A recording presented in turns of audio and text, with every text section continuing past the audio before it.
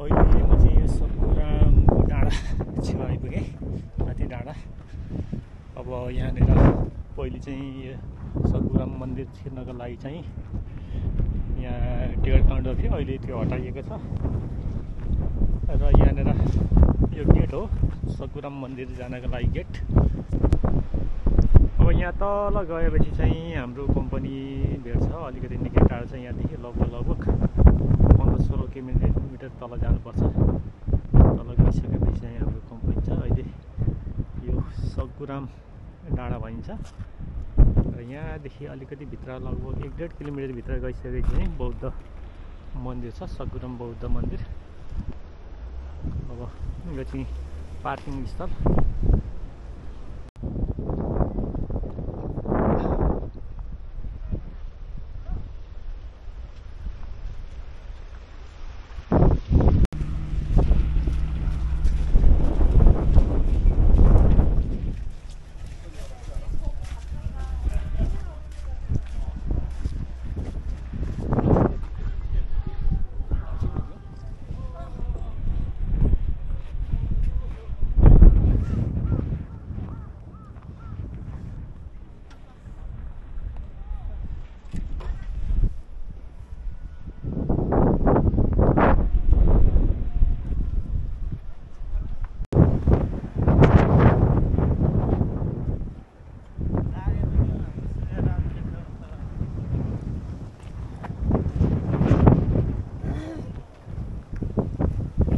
अहिले हामी सकुराम मन्दिर प्रवेश गर्न लाग्यौँ। नवीन भाइ अगाडि। अब यो चाहिँ गेट हो, यहाँ चाहिँ हिउँ उठाउने कार्य जारी छ। हेर्नुपर्छ। अब हामी यो चाहिँ माटो छोइदिएको दिन्छौँ। यो चाहिँ किनभने अब जानको लागि यहाँ चिप्लो छ बाटो, त्यसले गर्दाखेरि एकदम नचिप्लियोस् भनेर यस्तो चिप्लो छ।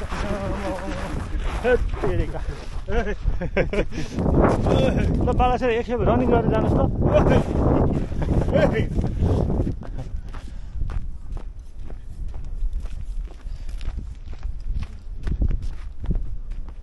रेजी, हामी सकुराम मन्दिर जाँदैछौँ होइन, बौद्ध मन्दिर। यहाँ पुरै हिउँ परेको छ, पुरै हिउँसँग लडीबुडी खेल्दै, हिउँसँग मुकामुकी गर्दै, हिउँसँग जिस्किँदै, बेला मौकामा हिउँलाई चुम्बन गर्दै हामी चाहिँ मन्दिर प्रवेश गर्न लागेका छौँ अघि।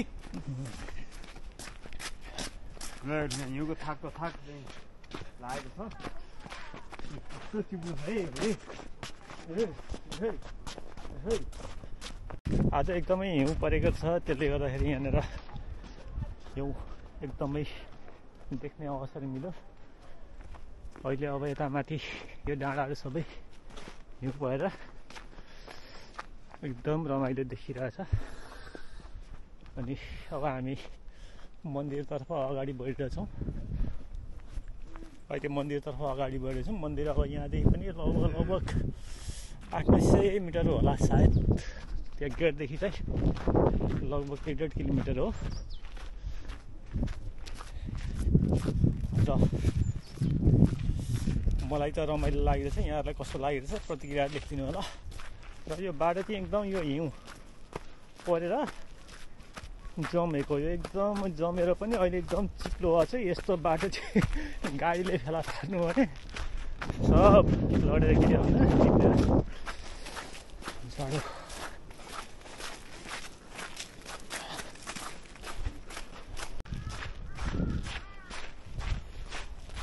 यो मसिनो बाँस पनि हिउँले थामिन सक्छ।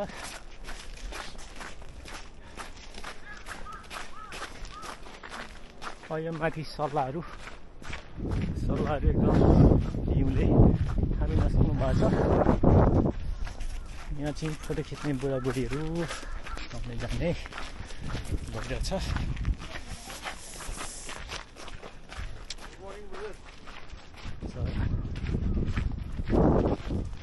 यी विदेशी कुहिरेहरूले चराको फोटो खिच्दै। ल बाला रमाइलो छ होइन? एकदम रमाइलो छ, बिन्दास छ होइन? ल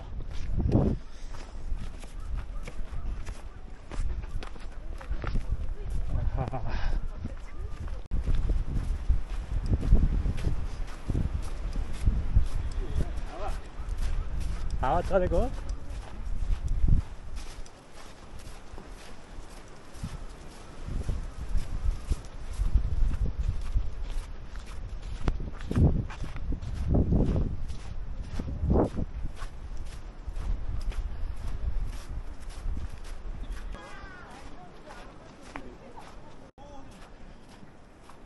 ल अहिले चाहिँ हामी अब सगुराम मन्दिर आयो। अब हामी सगुराम मन्दिर, यो चाहिँ एकदमै डाँडाको बिचमा, जङ्गलको बिचमा रहेको एउटा सगुराम बौद्ध मन्दिर हो। यसको स्थापना चाहिँ सन् 100 को हाराहारीमा बनेको। यो धेरै पुरानो, लगभग 1500 वर्ष, 1800 वर्ष अगाडि बनेको मन्दिर हो। र यो माथि देखेको मन्दिर चाहिँ मूल मन्दिर हो। त्यहाँ मन्दिरमा गएपछि चाहिँ अहिले फोटो भिडियो खिच्न पाइँदैन। अहिले अब यहाँ परदेखि नै हामीले खिच्ने हो।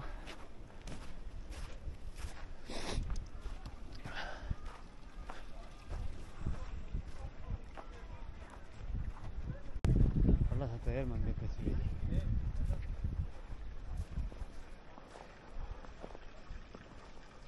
गाउँमाथि नवीन काँडामा गइसक्नु।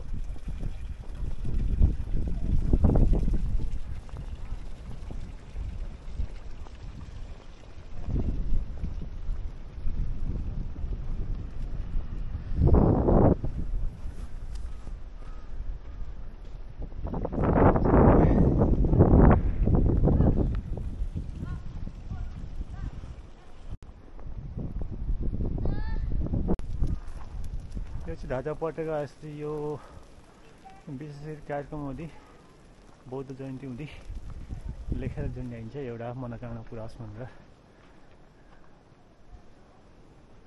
सिँढी उकालो जान्छ, सिँढी मन्दिरतर्फ।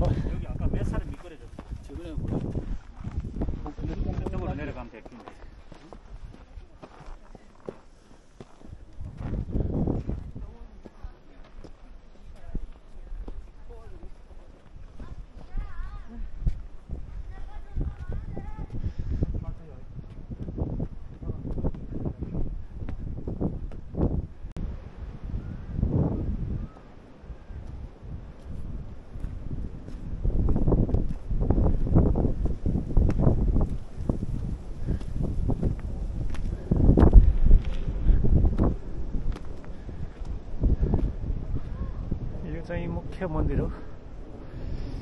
यहाँभित्र प्रवेश गरिसकेपछि यहाँहरूले फोटो भिडियो खिच्न पाइँदैन, दर्शन चाहिँ गर्न पर्यो, गर्न पाइन्छ।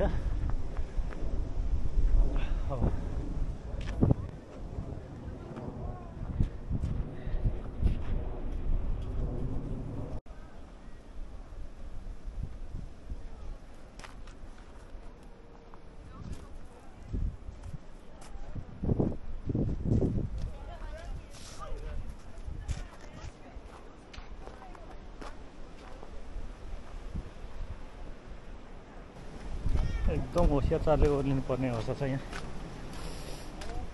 चिप्लो हुने सम्भावना धेरै, चिप्लो।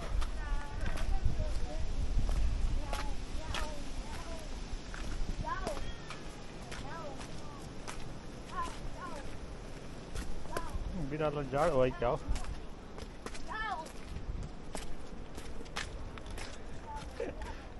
म्याउ।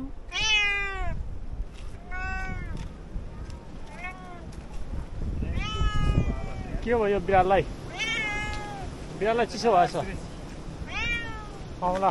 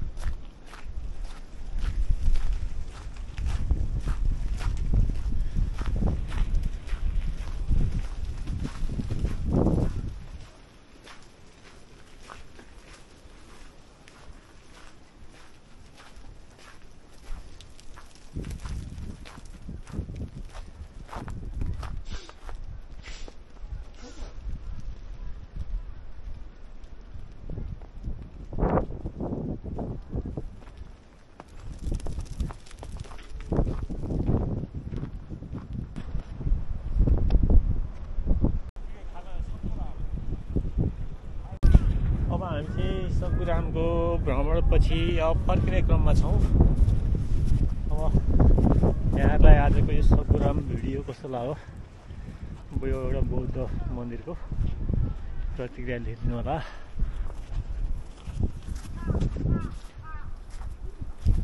हाम्रो अब फर्किने बाटो, हामी फर्किनेतर्फ सोच्यौँ। अब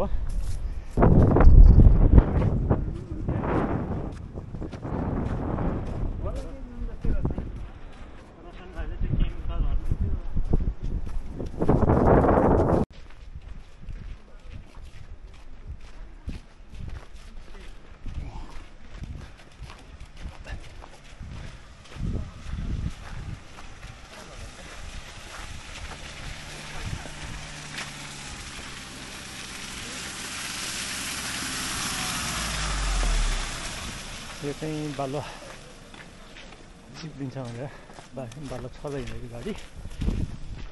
अब